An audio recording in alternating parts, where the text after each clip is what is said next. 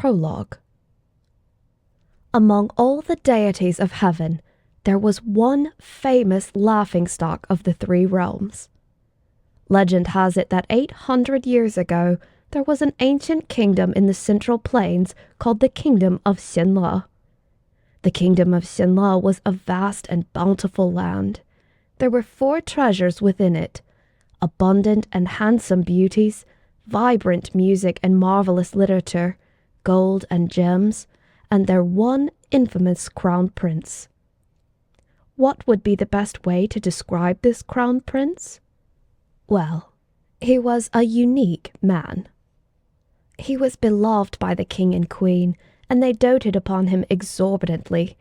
They would often say with pride, "My son will become a great ruler in the future, and his good name will echo down through history." However, the crown prince was not interested in imperial power or wealth in the mortal world at all. What he was interested in his own words, was, "I want to save the common people." When he was young, the crown prince focused solely on his cultivation, and there were 2 short tales that were widely spread of his time on that path. The first tale took place when he was 17 years old. That year, a grand Tian heavenly ceremonial procession took place in the kingdom of Xinle. Although the custom for conducting these divine ceremonies has been out of fashion for centuries, it is still possible to deduce what a grand, jubilant occasion it must have been from the remnants of ancient books and oral tradition. The wondrous Tian festival upon the grand avenue of divine might. Seas of people gathered on either side of the grand street, with royals and nobles talking and laughing in the merriment atop the high platforms. The glorious royal warriors bedecked in armor opened the paths, while maidens danced elegantly, their fair hands scattering flowers, and who could say whether the flowers or the maidens were more beautiful? From within the golden carriage came marvelous music that drifted across the entire imperial city, and at the rear of the procession was a grand stage pulled by 16 white horses in golden bridles. Upon this towering grand stage stood the God-pleasing warrior, the focus of everyone's attention. At the heavenly ceremonial procession, the God-pleasing warrior wore a golden mask. Dressed in glamorous attire with a sacred sword in hand, he played the role of the subduer of evil, the #1 martial god for the past 1,000 years, the heavenly emperor, Jinwu. It was the greatest of honors to be chosen for the role of the God-pleasing warrior, which was why the selection criteria was exceedingly strict. Thus, the one chosen that year was the crown prince. People across the kingdom believed that he would give the most thrilling performance as the God-pleasing warrior. However, an accident happened that day. During the 3rd tour of the procession, it passed by a city wall that was hundreds of meters tall. At the time, the martial god upon the grand stage was just about to strike the demon down.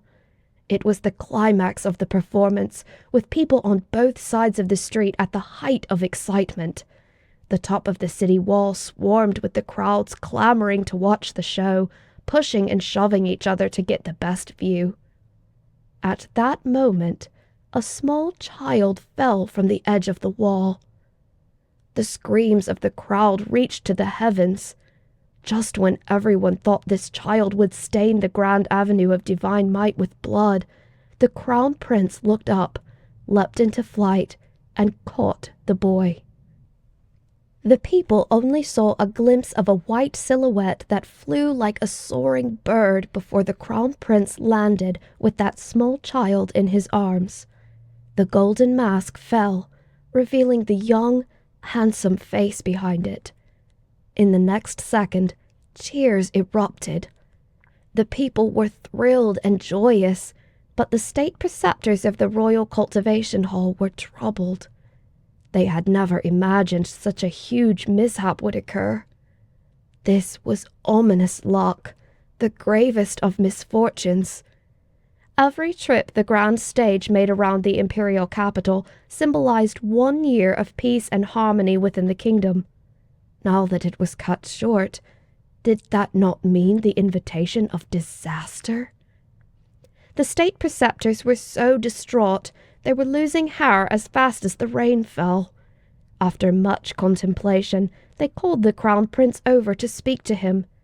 In the softest manner possible, they requested, "Your Highness, might you be willing to face the wall in reflection for a month? It does not really need to be a month, as long as the intention is there." The crown prince smiled. "No." This is what he said. "There is nothing wrong with saving people. Why would the heavens condemn me for doing the right thing?"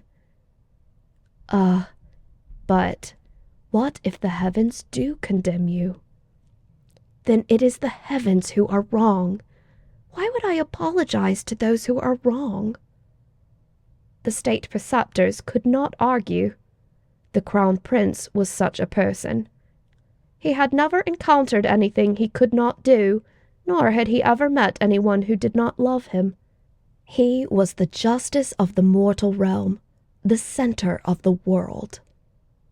Although the state preceptors were frustrated, "What the heck do you know?" It was not their place to say much, and they did not dare say more on the subject either. His Highness would not have listened anyway. The second tale takes place in the same year when the crown prince was 17. Legend has it that, south of the Yellow River, there was a bridge called Yin. Upon this bridge was a ghost that had been lingering for years. The ghost was exceedingly fearsome. It was clad in broken armor, the flames of hell blazed beneath its feet, and its body was covered in blood and pierced by all manner of sharp weapons.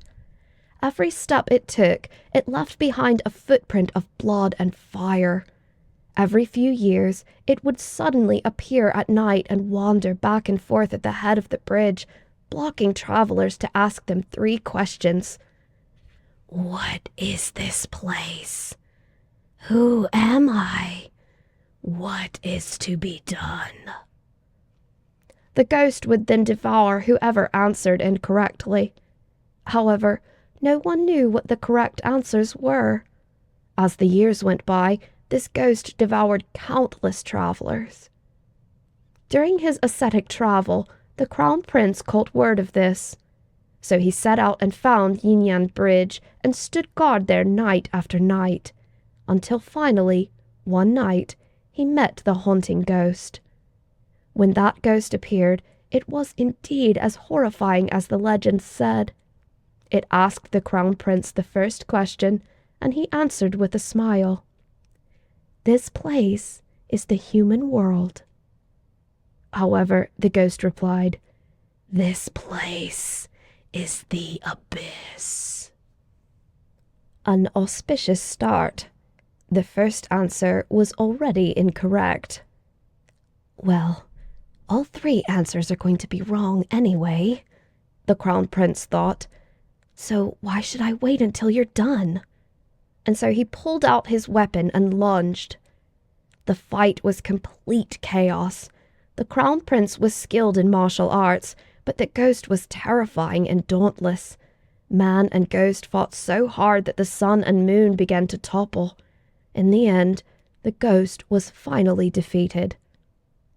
After the ghost vanished, the crown prince planted a flowering tree at the head of the bridge. As he did so, a cultivator passed by and happened to see him sprinkle a handful of dirt to consecrate the grave and send the ghost off. "What is this?" he asked. And thus the crown prince replied with his now famous line, "Body in the abyss, heart in paradise." When the cultivator heard this, he gave a light smile. He then transformed into a divine warrior clad in white armor, with auspicious clouds beneath his feet. Then he drew in the wind and rode off in holy light.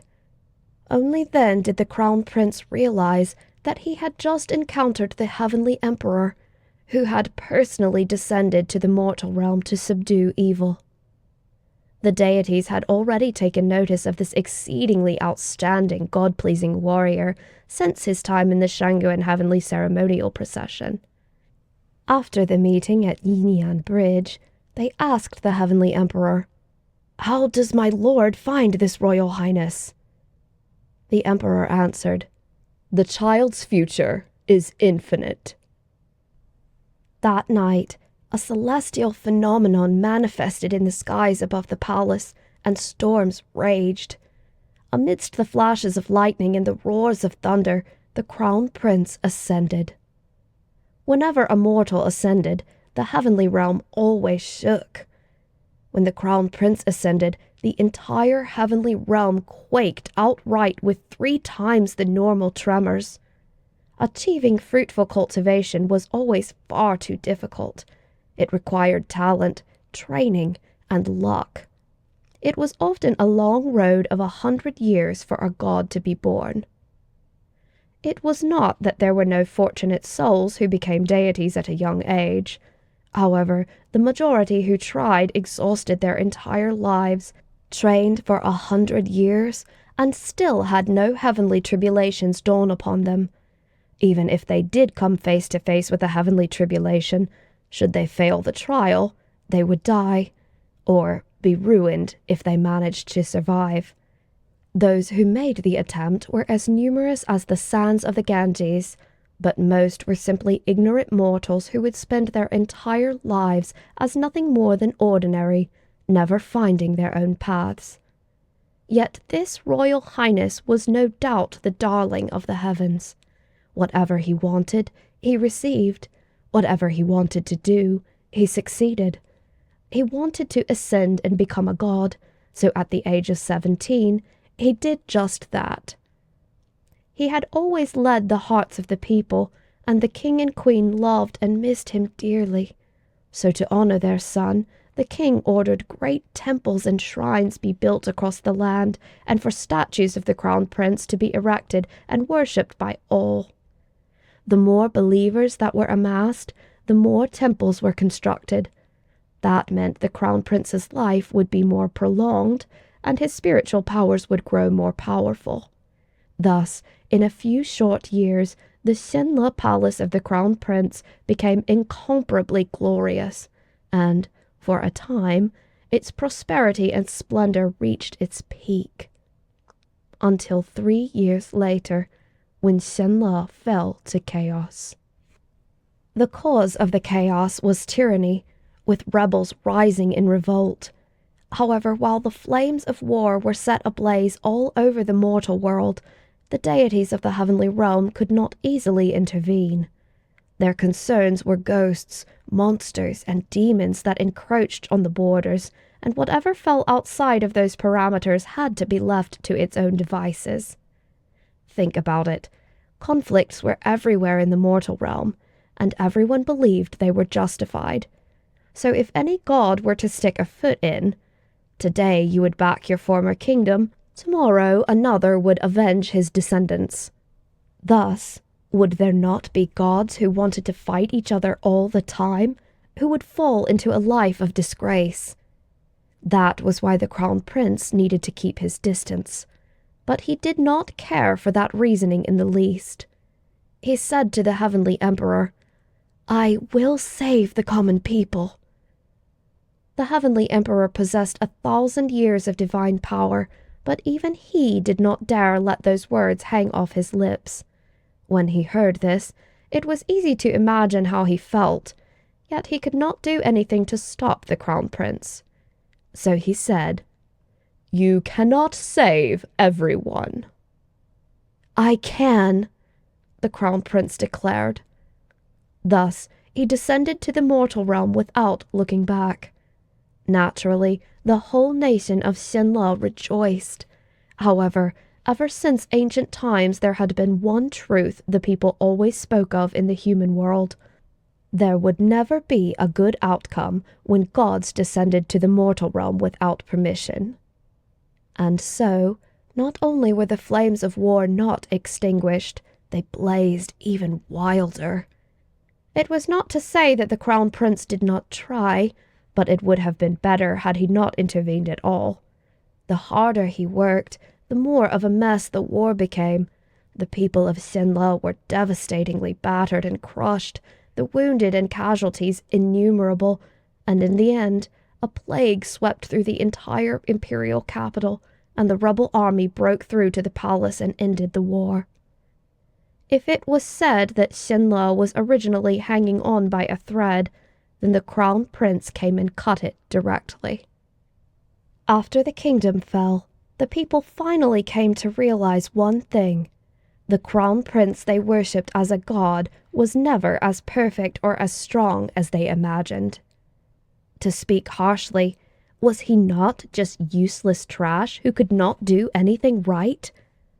Without anywhere to vent the anguish and pain of losing their homes and families, the battered people furiously poured into the palaces of the Crown Prince, toppled his divine statues, and burned down the divine temples. 8,000 temples burned for 7 days and 7 nights, burned until there was nothing left. From that moment on, the martial god who protected peace and safety vanished, and a god of misfortune who brought disasters was born. When the people call you a god, you are a god. If they call you crap, you are crap. You are whatever they say you are. It had always been thus. The Crown Prince could absolutely not accept this reality, and he had an even harder time accepting the punishment he received for his transgressions: banishment. His spiritual powers were sealed, and he was knocked back down to the mortal realm. He'd grown up endlessly coddled and pampered. He had never tasted the suffering of the human world before, yet this punishment hurled him from the clouds down into the mud. And in this mud, for the first time, he understood the taste of hunger, poverty, and filth. This was also the first time that he did things he never thought he would do willingly. He stole, he robbed, he cursed loudly, and he gave up on himself. He lost all dignity, no self-esteem remained, and he was as unkempt as one could be. Even his most loyal servants could not accept this change in him and chose to leave. Body in abyss, heart in paradise. This phrase had been engraved on stone monuments and plaques everywhere in Xinla.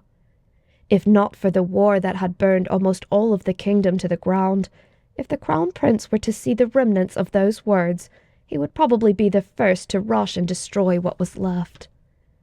The person who had said those words had personally proven that when a body was in the abyss, the heart could not be in paradise.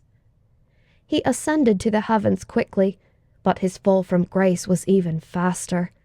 That awe-inspiring impression at the Grand Avenue of Divine Might, the evil he met at Yinyan Bridge, it all seemed as if it were only yesterday, and the heavenly realm merely sighed for a while before letting go of what was past. Until one day, many years later, a huge rumble thundered from the sky. This Royal Highness had ascended for a second time. Throughout history, heavenly officials who were banished either never regained their glory or fell into the ghost realm. It was rare to turn over a new leaf after banishment. This second ascension was truly grand and spectacular. What was even more spectacular was that, after he ascended, he charged all the way into the heavenly realm and rampaged in full fury. Thus, he had only been ascended for the span of 1 instant's time before he was knocked back down again. 1 instant's time. It could be considered the swiftest and shortest ascension in history. Having been banished twice, the heavenly realm looked upon this crown prince with full contempt, and in that contempt there was caution. After all, he was already threatening and on edge after the first banishment. Now that he had been banished twice, would he not go berserk and take his revenge on the world? Yet, who knew? After being banished this time, he did not go berserk and even adjusted earnestly to a banished life. There were no issues at all, and the only problem was that maybe he was taking things a little too seriously. Sometimes he would busk at the end of the street, expertly playing any instrument and singing any songs, and even shattering boulders on his chest as part of his act. While there had long been word that this Royal Highness could sing and dance and was a master of many talents, it was unbelievable to witness all his talents in such a fashion, truly inspiring complicated feelings in anyone who saw. Sometimes he would diligently and humbly collect scraps. The deities were shocked to their cores. It was unthinkable that things would reach this point, where now, if one was to say, the son you gave birth to is the crown prince of Xinla, it would be a curse more malicious than may you die without sons. He was once the noble and gracious crown prince, a heavenly official who was part of the divine ranks. But in truth, no one else had ever screwed up so badly. And so, this was the story of the man who was known as the laughingstock of the three realms. After laughing, those who were more sentimental might also sigh. The darling of the heavens, who once stood at such a height, had truly and thoroughly vanished. Divine statues collapsed, a native kingdom was destroyed, and not a single believer remained. Gradually, he was forgotten by the world. Thus, no one knew where he had drifted afterward. It was already a great shame to be banished once. No one would be able to get back up after being banished twice. Many more years passed. Suddenly, one day there was another huge rumble in the sky. The heavens fell and the earth cracked, the ground trembled and the mountains shook. The lanterns of everlasting light shuddered, and the firelight danced in fury, and all the heavenly officials inside their golden palaces jolted awake, every one of them running out to ask each other, "Which new dignitary has ascended? Such a grandiose entrance!" Yet, who knew? They had exclaimed in wonder the first second, but in the next, all the deities of heaven were thunderstruck. "Weren't you done?" That infamous weirdo, the laughingstock of the three realms, the legendary Royal Highness the Crown Prince, he fucking ascended again. Hello friends, this is Red, and if you enjoyed that little snippet of Heaven Official's Blessing, also known as TGCF, then please follow the link below to a full fan-made audiobook. This drive includes all 8 novels of Heaven Official's Blessing, plus the extras. As a disclaimer, this is a completely unofficial recording, and due to that fact, the full audiobook cannot be hosted on the public internet. Otherwise, please feel free to download and share these files as you wish, or pass the link around to anyone you think might be interested in listening. Thank you for checking out my reading, and I do hope that you enjoy.